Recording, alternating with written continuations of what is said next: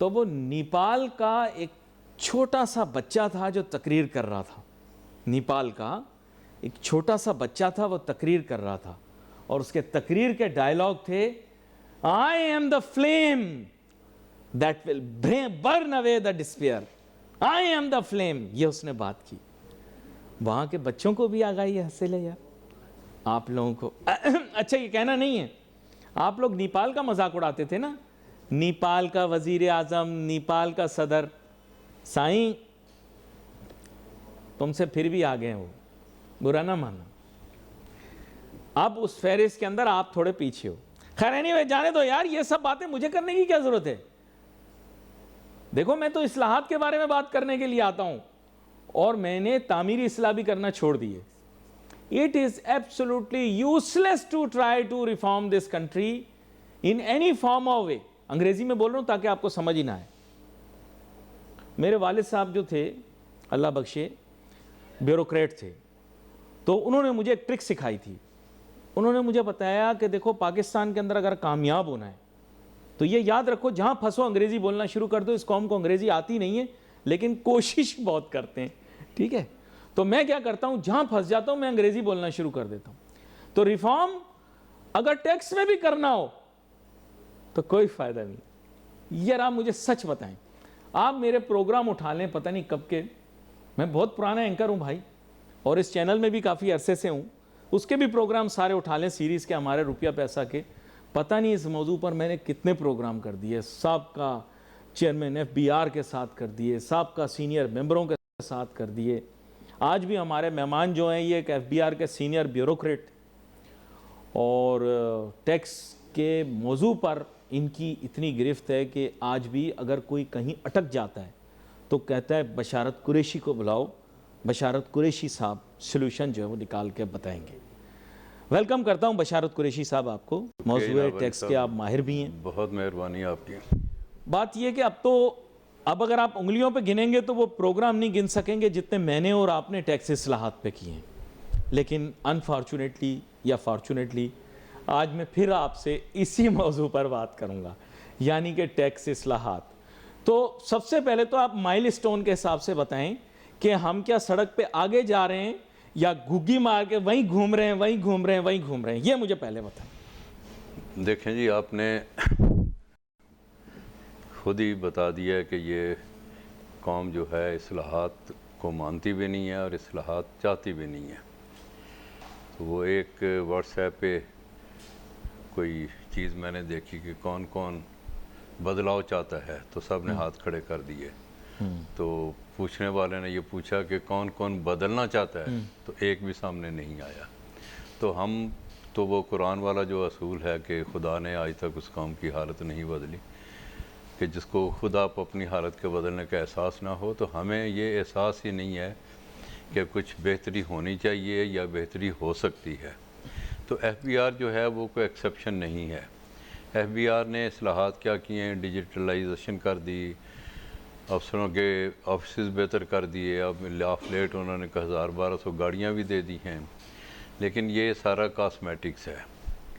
ठीक है जी, ये कोई टैक्स का जो कानून है उसमें कोई बदलाव नहीं हुआ। और सबसे बड़ी बात यह है कि जो टैक्स को कंप्लाइंस करवाने वाले हैं उनका माइंडसेट चेंज नहीं हुआ। माइंडसेट वो उनका जो है वो रैनसम वाला है, यानी वो टैक्स आइन के हिसाब से नहीं लेना चाहते कि एज़ पर लॉ।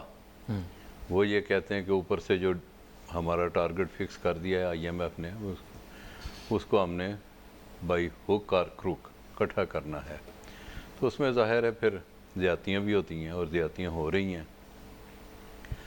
और ज़्यादतियों का जो मदावे का एक सिस्टम था जो टाइम टेस्टेड था, 1922 का जो एक्ट था, फिर 1979 का ऑर्डिनेंस आया, फिर 2001 में भी था कि अपील का सिस्टम था, कमिश्नर अपील के पास जाएं, फिर ट्राइब्यूनल के पास जाएं, फिर हाई कोर्ट में जाएं।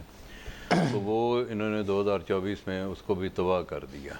एक टियर ख़त्म कर दिया कि डायरेक्ट आप ट्राइब्यूनल में जाएं। अब ट्राइब्यूनल के जो मेंबरान हैं, ये आपको सुन के हैरत होगी कि पाकिस्तान के हाईएस्ट पेड वो मेंबरान हैं, ऑफिशियल हैं। 26 लाख रुपए महीना उनकी तनख्वाह है, लेकिन उनसे कोई नहीं पूछता कि आप डिलीवर क्या कर रहे हैं, फ़र्क क्या पड़ा है जब आपकी 3-4 लाख तनख्वाह थी और 26 कर दी है, तो नंबर ऑफ़ केसेस जो आपने डिस्पोज किए हैं, डिस्पोज ऑफ किए हैं, वो कितने हैं? अभी लाहौर हाई कोर्ट ने रिसेंटली एक फ़ैसला किया है जिसमें उन्होंने कमिश्नर अपील्स और ट्राइब्यूनल्स के जो फ़ैसले हैं उन पे बड़ा डिटेल से अपनी फाइंडिंग दी है। उन्होंने कमेंट्स किए हैं कि क्वालिटी बहुत लो हो गई है, जो ग्राउंड्स होते हैं अपीलांट के, उसको डिस्पोज ऑफ नहीं किया जाता, हर इशू को डिस्कस नहीं किया जाता, और स्पीकिंग और रीजनड ऑर्डर नहीं लिखे जाते। तो ये क्वालिटी डिटीरियोरेट हुई है और तन्हाएँ और मराद बढ़ गई हैं। तो असल जो बात यह है कि जो ये पाकिस्तान एयरफोर्स ने अभी मई में जो काम किया है, तो उसमें यही पता चला कि it is not the gun, it is the man behind the gun. ये जो बिहाइंड द गन बैठे हुए हैं, इनको चेंज करना ज़रूरी है। इनका माइंडसेट चेंज नहीं हो रहा। जब तक वो एक फैसिलिटेटिव माइंड में नहीं जाते कि जनाब हमने टैक्स पेयर्स को एजुकेट करना है और फैसिलिटेट करना है, तो उस वक्त तक ये जितनी इस्लाहात हैं ये सारी नाम नहाद हैं। वो जो आपने कहा ना गोल गोल, तो हम स्क्वायर वन पे ही खड़े हैं, यानी लोगों को कोई इसका फ़ायदा नहीं हुआ। अगर और मैं दूसरी बात यह है कि जो टैक्स नेट बढ़ाना चाहिए, जिस पे हम हर दफा एना मोली, एक बिजनेसमैन कह रहे थे एना मोली कमेटी, तो ए केड़ी मोली मतलब सॉरी ये कौन सी वाली मतलब कमेटी है, ज़रा मुझे समझाएं। जब भी बजट बनता है, बजट अनाउंस होता है, तो उसके बाद एनामलीज कमेटीज़ बनती हैं मुख्तलिफ चैम्बर्स में कि वो इसमें जो कंट्राडिक्शंस हैं बजट में, जो एनामलीज हैं, उनको डिस्कस करते हैं और वो FBR को बताते हैं कि ये आपने यहाँ मामला जो हैं वो जैसे होने चाहिए वैसे नहीं हैं। जी, जैसे इस दफ़ा इन्होंने हमारा एक सेक्शन है 122 जो अमेंडमेंट का सेक्शन है इनकम टैक्स का, उसमें 180 दिन में आपने शो का नोटिस देने के बाद फैसला करना होता है। तो उसकी उन्होंने लिमिटेशन 365 दिन कर दी है, यानी अफसरों को मज़ीद टाइम दे दिया है कि आप सोए रहें अपने मामलात में और फिर टैक्स पेयर को लटकाए रखें 1 साल तक। उसकी मिजरीज़ में इजाफा कर दिया है, 180 से 365 कर दिया, यानी आलमोस्ट डबल कर दिया है। लेकिन सेल टैक्स में वो लिमिटेशन वही रही है। तो ये एक अनामली है। वहाँ सेल टैक्स में 180 डेज़ अगर है तो इनकम टैक्स में भी 180 ही होना चाहिए। तो इस किस्म के जो मामलात होते हैं, जब मैंने एक मिसाल दी है, ये अनामलीज कमेटी वाले डिस्कस करते हैं। अब जो आपने बात की है, जिनको पता ही नहीं कि अनामली क्या चीज़ है, तो उन्होंने क्या उस पर डिस्कस करनी है। अनफॉर्चुनेटली जो चैम्बर्स में या जो ट्रेड बॉडीज़ में लोग बैठे हैं, वो भी कोई प्रोफेशनल लोग उन्होंने नहीं रखे हुए। वो भी जो उनमें कोई बोलने वाला है, कोई समझने वाला है, थोड़ा बहुत, ज़ाहिर है वो बिज़नेस करने वाले लोग हैं, उनको इस तरफ निटी गिटी का तो पता नहीं है। जी, तो वो बस बेचारे आगे आ जाते हैं और अपने हिसाब से कोशिश करते हैं। लेकिन होता तो वही है जो साहब बहादुर के माइंड में है, जो FBR में बैठे हुए हैं। अच्छा, लेकिन यहाँ पर एक चैलेंज ये है कि मैं जैसे आपको अभी बोल रहा था, अब आप जानते होंगे मेरे साथ भी कई साल से आप प्रोग्राम कर रहे हैं बशारत साहब, और हम हर दफ़ा बैठते हैं यही बात करते हैं। लेकिन अगर प्रोग्रेस चार्ट जैसे आप अभी बता रहे थे कि progress chart on reform is we are where we are, यानी हम वहीं बैठे हुए हैं, तो फिर व्हाट्स द पर्पस। दूसरा बात ये है कि they are not doing a homework for the economy of the 21st century. आपको पता है कि दूसरी मुल्कों के अंदर डिजिटल एसेट्स आ गए हैं, वगैरह वगैरह आ गए, और ये अभी स्टेट बैंक की वर्किंग से ज़्यादा मेरे ख्याल से FBR की वर्किंग रिक्वायर्ड होगी कि आपने डिजिटल एसेट्स को या क्रिप्टो करेंसीज़ को कैसे ट्रीट करना है, क्योंकि मुस्तकबिल के अंदर इट इज़ अ रियलिटी। तो मैं इस तरह, ये मैंने आपको एक मामला बताया है, they may be so many things like this कि जिसको अभी तक जिसकी प्रेप नहीं है। असल में देखें जी, ये मेरा सब्जेक्ट नहीं है क्रिप्टो करेंसी या डिजिटल करेंसी, और इस पर मैं ज़्यादा जानता भी नहीं हूँ।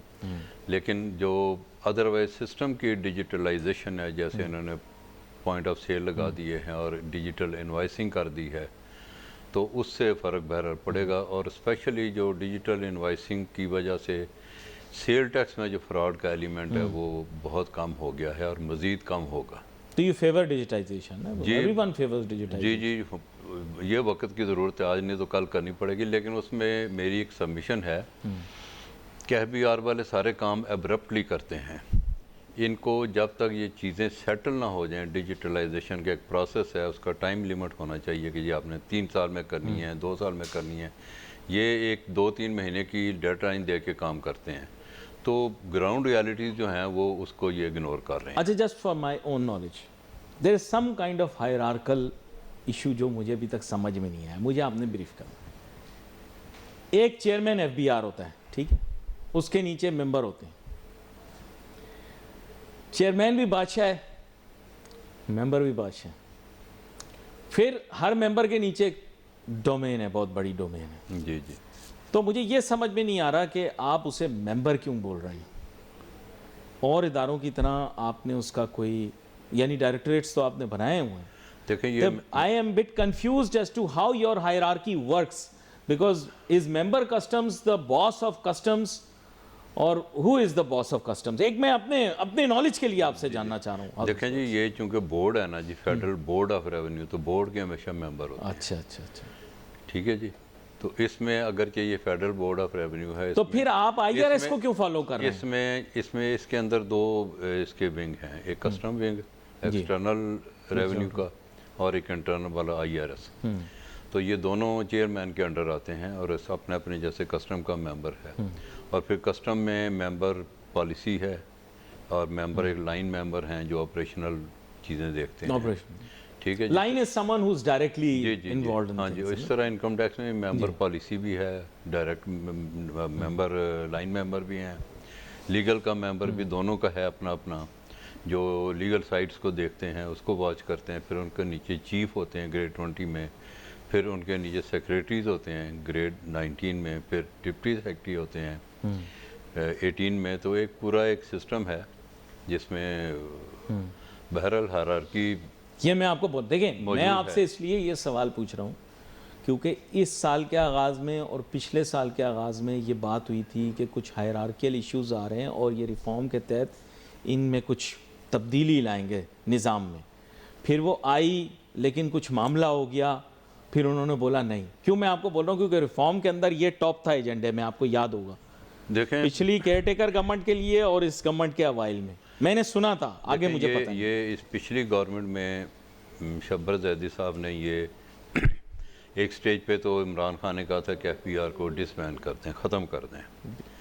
तो बहरहाल शब्बर जैदी साहब ने कहा कि हम जो चीफ़ हैं, रीजनल कमिश्नर्स हैं या चीफ़ कमिश्नर्स हैं या चीफ़ कलेक्टर्स हैं, वो ख़त्म कर दें।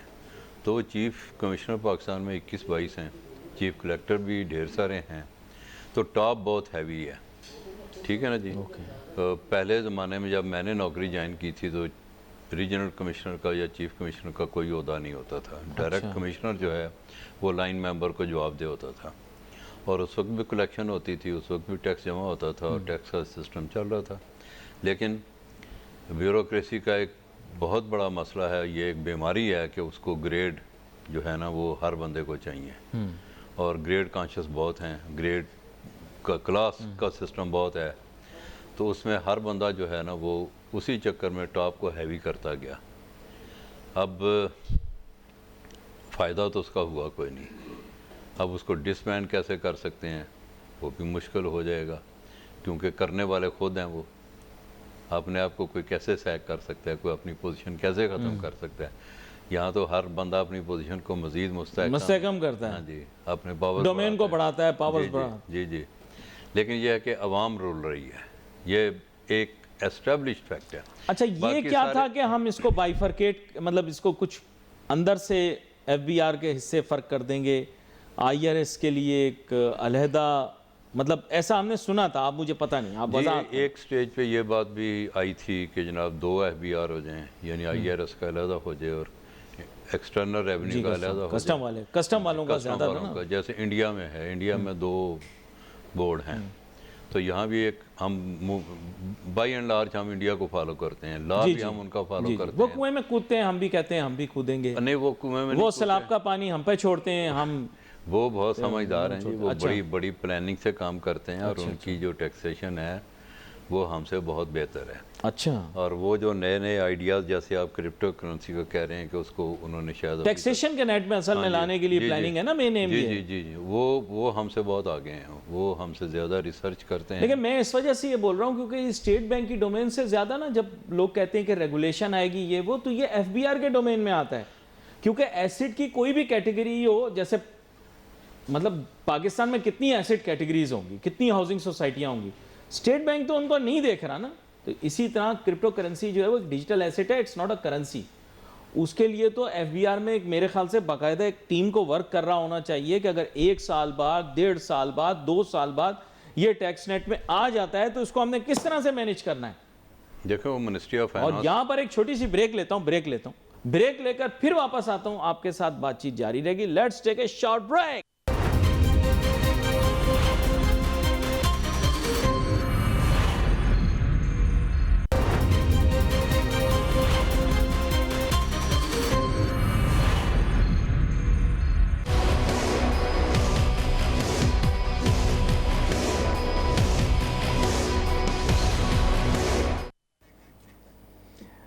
नाज़रीन, बड़ी अहम बात इन्होंने की जब इन्होंने नाम लिया कवानीन का, और ख़ास तौर पे इन्होंने माजी के कवानीन के बारे में बात की, गोरा बहादुर के दौर की।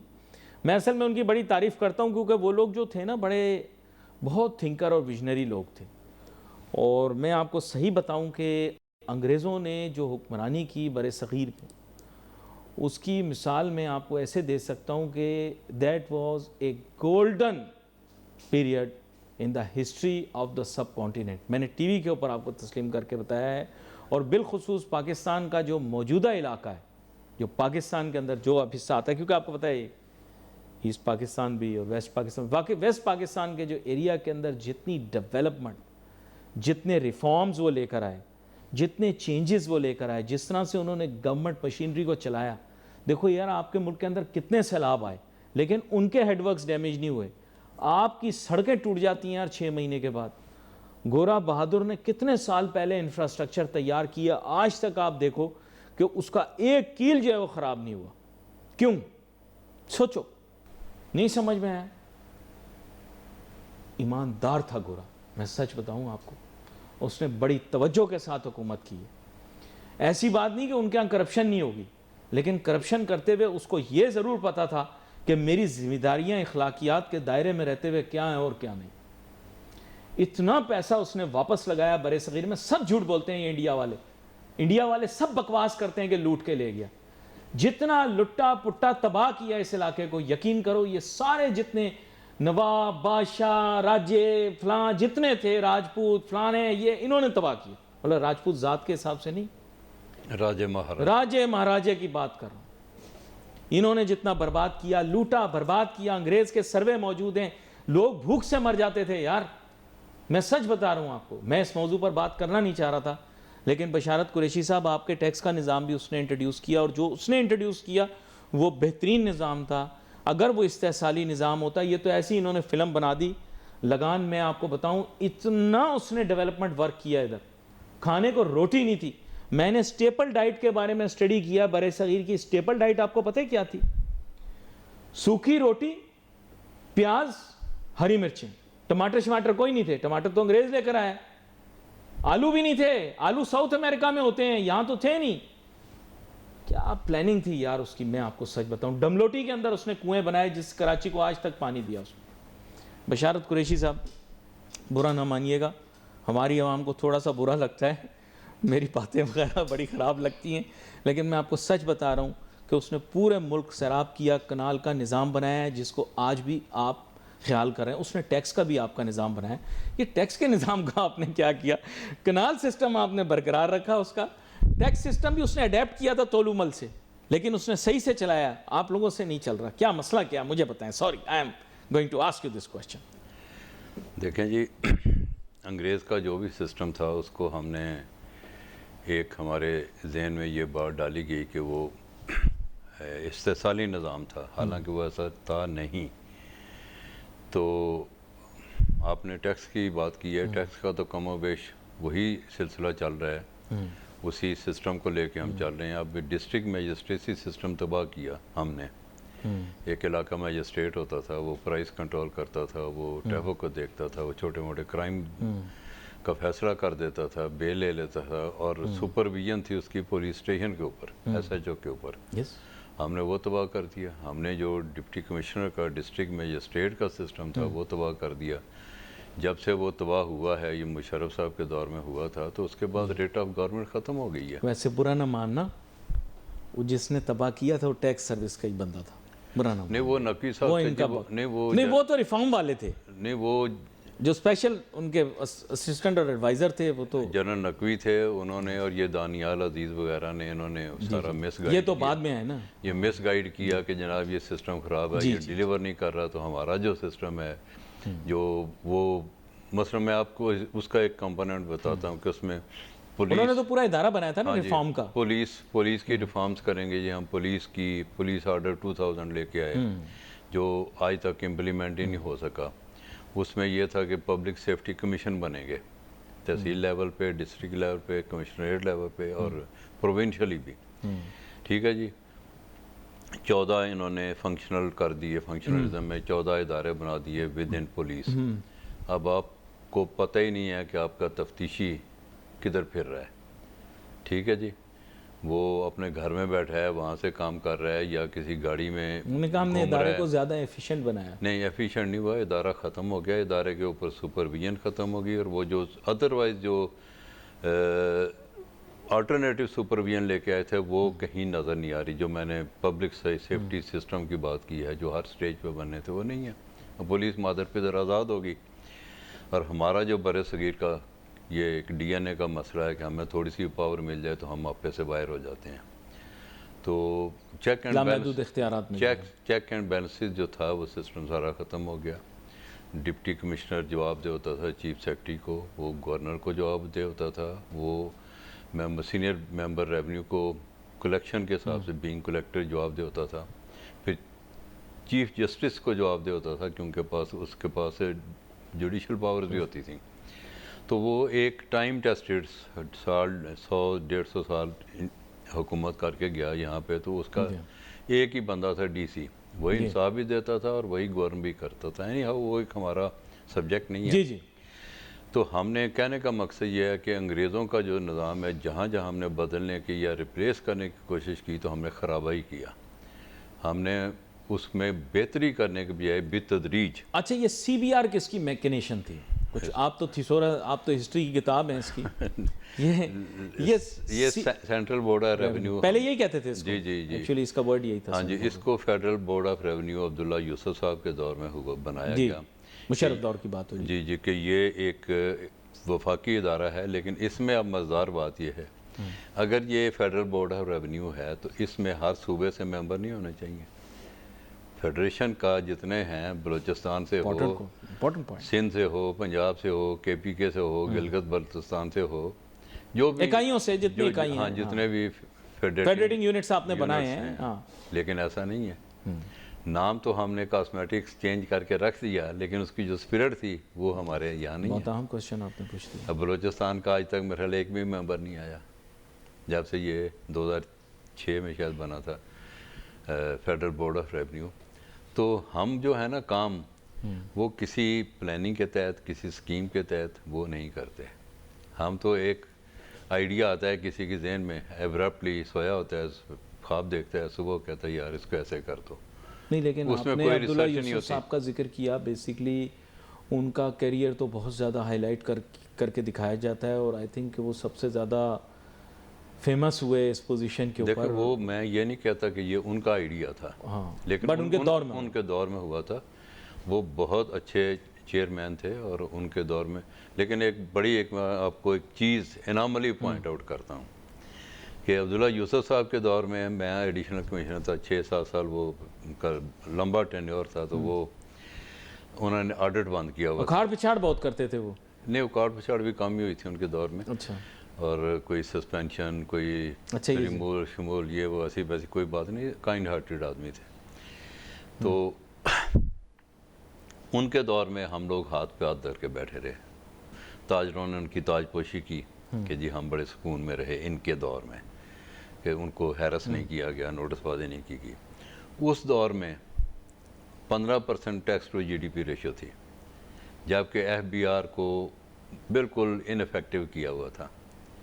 आज एफबीआर हर बंदे को, आम से बंदे को भी 5-4 नोटिस तो साल में जाते ही जाते हैं, उसकी नींदें हराम की हुई हैं। लेकिन आज टैक्स टू जीडीपी रेशो जो है वो अब्दुल्ला यूसुफ साहब के दौर से कम है। Yes, that is important point two note. यानी इसका मतलब ये है ये कि मैंने एक दफ़ा आपके एक असेंबली कमेटी के सरबराह भी थे, उनसे भी मैंने ये पूछा और सरकारी टीवी पर पूछा, और उनका मुझे जवाब यही आया कि Ali, you are right, statistically speaking जितने अरसे के अंदर हमने बहुत ज़्यादा हार्श पॉलिसीज़ अप्लाई नहीं की, उन ईयर्स के अंदर हमारा टैक्स टू जीडीपी रेशो ज़्यादा आया। जी जी जब हमने पॉलिसीज़ को हार्श किया और ज़्यादा हाई हैंडेड रहे, उस दौर के अंदर हमारी टैक्स टू जीडीपी रेशो गिरी, हमारी ओवरऑल कलेक्शन में भी इम्प्रूवमेंट नहीं आई। जी, जी। ये उनका कहना था, उन्होंने सरकारी टीवी के ऊपर ये बात कही। उन्होंने कहा जी आप जी, सही मैं कह भी यही और आपने भी तायद कर दी। हाँ, मैं भी आप यही तब सर्विंग होंगे मैं जब भी ये अर्ज़ ये कर बात रहा है हूँ, तो यही बात मैं अर्ज़ कर रहा हूँ। लेकिन ये है कि वो जो डेस्कों के पीछे बैठे हुए हैं उनकी जेबें बहुत स्वेल कर गई हैं। जहाँ रिश्वत 5,000 थी अब वहाँ 5 लाख हो गई है, इस हिसाब से बढ़ गई है। आपका अपना इदारा, आप उसको ऐसे कह रहे हैं, देखें नहीं, वो इदारा मेरा है, मैं उसको ओन करता हूँ। बहुत अच्छे ज़माने में तो आप उसमें रहे हैं ना, बहुत अच्छे अफसरान भी हैं उसमें। लेकिन ये है कि अनफॉर्चुनेटली डिटीरियरेशन बहुत तेज़ी से हुई है।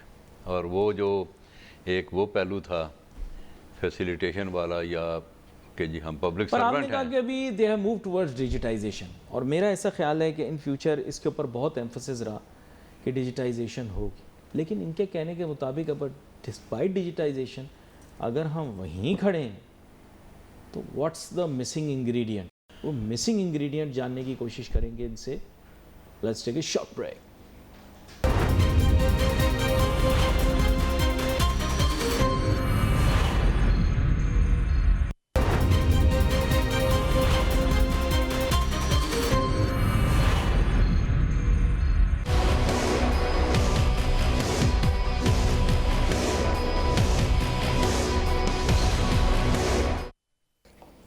नाजरीन, welcome back after the break. घुमा फिरा के वापस इनको उसी जगह पर लाकर अटकाना है, और अटकाना इनको इस जगह पर है। इन्होंने बोला डिजिटाइजेशन भी हो गई, फलाना भी हो गया, ट्रेनिंग, अपग्रेडेशन, कैपेसिटी बिल्डिंग, अखबारों में जो चीज़ें आती हैं वो सारी बातें मैं इनको बता रहा हूँ।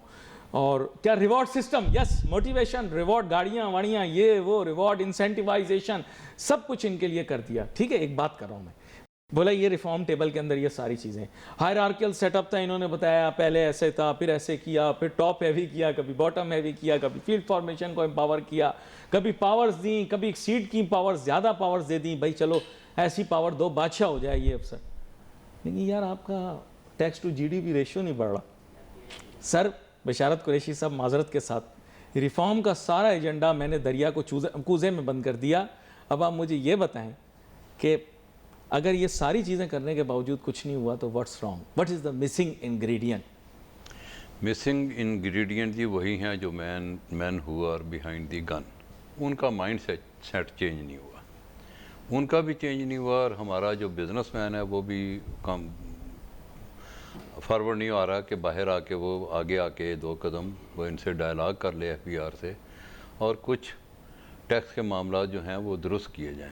अब वक्त के साथ साथ हो ये रहा है कि टैक्स का रेट बहुत बढ़ रहा है, टैक्स नेट नहीं बढ़ रहा। मुल्क में जो टैक्सेशन सिस्टम है उसमें टैक्स नेट ब्रॉड होना चाहिए, ब्रॉड बेस्ड होना चाहिए, उसकी बेस हॉरिजॉन्टली हाँ, फैली होनी चाहिए, और वर्टिकली उसका रेट कम होना चाहिए। लेकिन यहाँ वर्टिकली तो जा रहा है, हॉरिजॉन्टली उसमें कुछ बेहतरी नहीं आ रही। तो ये जो बेसिक फला है इसको एड्रेस करने की ज़रूरत है, और वो एड्रेस जो हैं वो हमारे जो एफबीआर में लोग बैठे हैं, जो पॉलिसी वाले लोग बैठे हैं, और जो हमारे वज़ीर ख़जाना हैं, और जो हमारे स्टैंडिंग कमेटीज़ हैं फाइनेंस पे, इकनॉमिक्स पे, उनके मेम्बरान की तवज्जो दरकार है इस पर। तो नहीं, लेकिन मैं अब आपके सामने उसमें मेरी ये सबमिशन होगी कि चैम्बर्स को भी इन्वॉल्व किया जाए। अच्छा, एक पैराडॉक्स आपके सामने, क्योंकि वो स्टेक होल्डर हैं सबसे बड़े। एक जो young vibrant generation of tax officers आपने बताया ये अब्दुल्ला यूसुफ साहब के दौर में इंडक्ट किए गए थे, अब तो वो खापड़ पक्के हो चुके हैं। हाँ जी, सारे कमिश्नर बन गए हैं। तो आप मुझे बताएं, अभी तो चेंज आना चाहिए। वो तो यंग लोग थे, डायनेमिक लोग थे, जिन्होंने एक अच्छी प्रोग्रेसिव एनवायरनमेंट में काम किया, जैसे आपने बोला कि और रिस्ट्रेंट उन्होंने करके देखा, उन्होंने सारी नई टेक्नोलॉजी देखी, वो ऑटोमेशन का पार्ट रहे, उनको कंप्यूटर्स का पता है, फ़ोन्स का पता है, सिस्टम्स का पता है। अब तो चेंज हो जाना चाहिए ना। देखिए, अब तो चेंज हो जाना आपकी बात बिल्कुल दुरुस्त है, लेकिन जब ऊपर से अनरीजनेबल टारगेट्स आते हैं तो फिर वो ये सारी चीज़ें भूल जाते हैं। लेकिन जब 32 साल का वो लड़का जो यंग एनर्जेटिक आइडियलिस्ट आया था कि मैं जी टैक्स ऑफिसर बना हूँ और एफबीआर के रिफॉर्म प्रोग्राम का मैं भी हिस्सा हूँ, तो वो कहीं तो उसके अंदर वो चीज़ होगी ना कि यार मुझे आई शुड कोशिश करते बी हैं द चेंज। कोशिश करते हैं तलाश करने की, शायद मिल जाए। यही मैं आपसे पूछना चाह रहा हूँ ना। देखें, क्योंकि मेरे जहन में यही आया कि चलो वो तो एक पिछली जनरेशन थी जिन्होंने कंप्यूटर का भी इस्तेमाल नहीं किया, जो जिधर जाते थे उसके दफ्तर में लिख के दे देते थे, चल भाई। लेकिन अब ये तो लोग थे असल जिनको में देखें, कंप्यूटर आता था, जिनको दुनिया का पता था। कंप्यूटर का इस्तेमाल भी कुछ नेगेटिव ज़्यादा हो रहा है। जैसे सेल टैक्स में एक हार्मोनाइज्ड कोड होता है, एचएस कोड होता है, तो उसमें एक चीज़ जो है, ये कप है इसका कोड और है जी ये ग्लासेस हैं इसका कोड जी और जी ये बिल्कुल है। सही कह रहे हैं। ये मैच होने चाहिए, क्लासिफिकेशन बहुत जी जी। ठीक है जी। तो उसका बड़ा मिस यूज़ हो रहा है, उसमें लोगों को बहुत तंग किया जा रहा है। तो मैटर ऑफ इंटरप्रिटेशन होती है ना, बहुत जगह डिस्क्रिशनरी पावर यूज की हाँ जाती जी, है। ये Am I correct or am I ji wrong? जी, ये इंटरप्रिटेशन का इशू नहीं है, ये डिस्क्रिशनरी पावर्स का मिस यूज़ है, और उसका मोटिव कुछ और होता है। उसका मोटिव कोई स्टेट ऑफ पाकिस्तान नहीं है, उसका मोटिव कोई रेवेन्यू नहीं होता, उसका मोटिव कुछ अनफॉर्चुनेटली कुछ और होता है, जो तकलीफ दे बात है और बहुत बढ़ गया है। ये मैं इस वजह से, मेरे एक अजीज़ दोस्त थे, उनका काम ही यही था कि वो इंटरप्रिटेशन को सही करवाते थे, उनकी बड़ी ज़िम्मेदारी थी। बिज़नेस कम्युनिटी के अंदर बहुत मशहूर थे वो। उनका ताल्लुक़ ताम कस्टम या आईआरएस या एफबीआर से नहीं था, वो एक प्राइवेट पर्सन है, लेकिन मशहूर बहुत थे। इसलिए मुझे इस चीज़ का पता है कि ये क्लासिफिकेशन जो होती है बड़ी बात होती है, और इससे बड़ी सेविंग हो जाती है, जी, जी। मिलियंस की हाँ सेविंग जी, हो हाँ जाती है लोगों की, अगर इसकी क्लासिफिकेशन ठीक हो जाए। जी जी। तो ये लेकिन ये तो सिर्फ आपने एक एनामोली बता दी, और भी पता नहीं कितनी एनामलीज होंगी। और जैसे आप अभी जिक्र कर रहे थे कि इसमें बिज़नेस कम्युनिटी के लोगों को भी शामिल किया जाए, लेकिन अनफॉर्चुनेटली एक आपको बात करूँगा, ठीक है, थोड़ा हमारी बिज़नेस कम्युनिटी के लोगों को बुरा लग जाएगा। मैं ये तो नहीं कहता कि इनका तालीम का मेयार ख़राब है, लेकिन मेरे ख़्याल से इनकी आगाही इन मामलात में बहुत कम है। इनकी आगाही तो इनके कारोबार के मामलात में भी बहुत कम है। ये तो किस्मत के धनी हैं, अल्लाह ताला जिसको दे दे। पाकिस्तान के अंदर मैंने ये नहीं देखा कि कोई बोले कि अल्लाह ताला ने इसको सलाहियत दी है तो इसने हासिल किया है। लोग अमूमन यही कहते हैं अल्लाह ताला ने इसकी किस्मत अच्छी की इसलिए इसने हाँ जी, वो- कमा लिया। बुरा ना मानना, वो गाड़ी के पीछे लिखा था, ये सब मेरी माँ की दुआओं का नतीजा है। नतीजा है जी, तो बिल्कुल। ये माँ की दुआओं पे चल रहा है सारा मुल्क, जी, ठीक है ना जी। तो इसमें मेहनत वाली बात तो या उनको कहाँ से मैं नॉलेज रिसर्च वाली- दूंगा? या तो आप कोई ट्रेनिंग सेशन चलाएं, देखें- इनको नॉलेज दें, यूनिवर्सिटियों में बुलाएं, इनको पढ़ाएं, यार हम तुमको बताते हैं।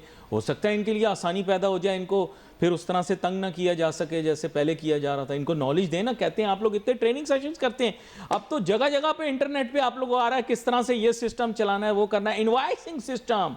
आजकल ये बिजनेस बन गया, आपको देखिए पता जी, है। वो बिल्कुल आपकी बात ठीक है। जो कोर्सेज होते हैं उसमें बिजनेसमैनों को, प्रोमिनेंट बिजनेसमैनों को बुलाया जाता है, MNMPS को बुलाया जाता है, नीपा में या स्टाफ कॉलेज पॉलिसी में। मीटिंग्स करवाएं हाँ ना, जी, इनको मेंबरों को भी बुलाएं, बिठाएं वहाँ इनके साथ। पॉलिसी इश्यूज ही डिस्कस होते हैं, तो बुलाया जाता है। लेकिन उसकी जो है ना, नंबर बढ़ना चाहिए, उसकी फ्रीक्वेंसी बढ़नी चाहिए, ताकि सारे स्टेक होल्डर जो हैं वो एक प्लेटफॉर्म पे आए। और मसला ये भी है कि अगर उनके सामने मेंबर बैठ जाए तो वो पढ़ाई के बजाय उससे यही ना कह रहे हो कि सर वो आप अपना सेल नंबर दीजिएगा, मेरा एक काम है, वो निकल जाए। देखें क्योंकि ज़्यादातर मसला यही होता है, इनको जो ही अफसर दिखता है ये उससे सीखने के बजाय उससे सिखाना शुरू कर देते हैं। अगर आप खुद समझ जाएं। इसमें एक और पहलू जो बहुत दफ़ा डिस्कस हो चुका है, वो भी मैं दोबारा आपकी इजाज़त से कहूँगा कि लोग ये भी सोचते हैं कि अगर हम टैक्स दे रहे हैं तो किसके लिए, इन रिटर्न हमें क्या मिल रहा है? कोई पीने का पानी मिल रहा है, हमें कोई सिक्योरिटी मिल रही है, हमें कोई एजुकेशन मिल रही है? कुछ भी नहीं मिल रहा। हॉस्पिटल है, हॉस्पिटल की कोई फैसिलिटी है, लोगों को इन रिटर्न तो कुछ नहीं मिल रहा। तो वो भी एक बहुत बड़ा अच्छा, aspect उसका है। रीज़न मैं आपको बताता हूँ। आप लोगों का एक वज़ीर भी होता है, हमें पता नहीं होता कि वो है, लेकिन एक बंदा इनका वज़ीर भी होता है। आप लोगों को नहीं पता होगा नाज़रीन, एक इनका वज़ीर भी है, लेकिन वो बेचारा जो है आपको पता ही नहीं होता, वो अमूमन फाइनेंस के साथ ही नत्था कर देते हैं उसे। कभी कभार ऐसे होता है, जैसे अभी भी है, शायद एक मौसूफ वज़ीर बनाए हुए हैं या एक साहब को जिम्मेदारी दी हुई है, वो is a very prominent politician. लेकिन देखें, चेयरमैन एफबीआर के इख्तियारात के अंदर वो इंटरफेयर नहीं कर सकता।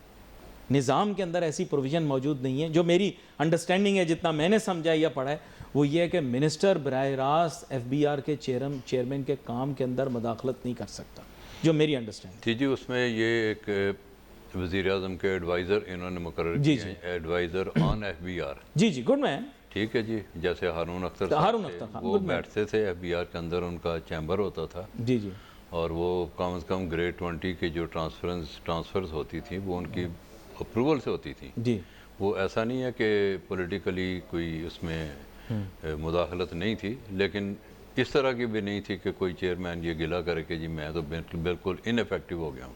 जी जी तो एक रीज़नेबल हद तक वो थी उनकी इंटरफेरेंस, लेकिन रीज़नेबल हद तक, और वो किसी को नागवार भी नहीं गुजरती थी। वो डिपेंड करता है बंदे पे। आज एक कोई आप ताला आजमा किस्म का एडवाइज़र लगा दें तो जो कि जी FBR का चेयरमैन कौन होता है, तो सारा मामला गड़बड़ हो जाएगा। तो ये बड़ा अहम नुक्ता है जो आपने पेश किया, लेकिन मेरे पास माजरत वक्त कम है, इस्लाहात बहुत ज़्यादा हैं, तो आपका शुक्रिया अदा करूँगा। बशात कुरैशी साहब, आप शो में तशरीफ़ लाए। नाज़रीन, we wait for messages on Facebook. Ali Nasir हमारी टीम को इजाज़त दीजिए। अल्लाह हाफ़िज़।